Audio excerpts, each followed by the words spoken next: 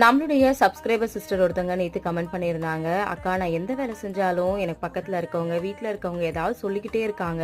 நான் எது பண்ணாலுமே அது நல்லா இல்லை அப்படின்ற மாதிரி சொல்கிறாங்க. எனக்கு எதை பற்றி யோசிக்கிறதுனே தெரியல, மனசுக்கு ரொம்ப கஷ்டமாக இருக்குது அப்படின்னு சொல்லியிருந்தாங்க. அந்த சிஸ்டருக்காக தான் வந்து இந்த வீடியோ.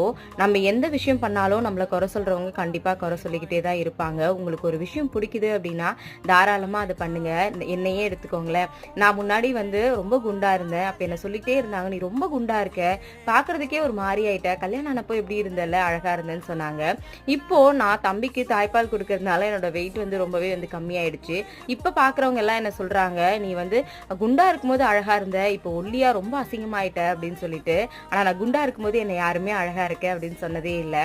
நம்ம நல்லா இருக்கும்போது, நம்ம ஒரு விஷயம் நல்லா பண்ணும்போது நீ நல்லா பண்ற அப்படின்னு சொல்லி அப்ரிஷியேட் பண்ணாதவங்க இப்போ நீ பண்றது சரியில்லை அப்படின்னு சொன்னாங்கன்னா அதை காதலே வாங்கிக்காதீங்க. உங்களுக்கு ஒரு விஷயம் சரின்னு பட்டுச்சுன்னா தாராளமா அதை பண்ணுங்க.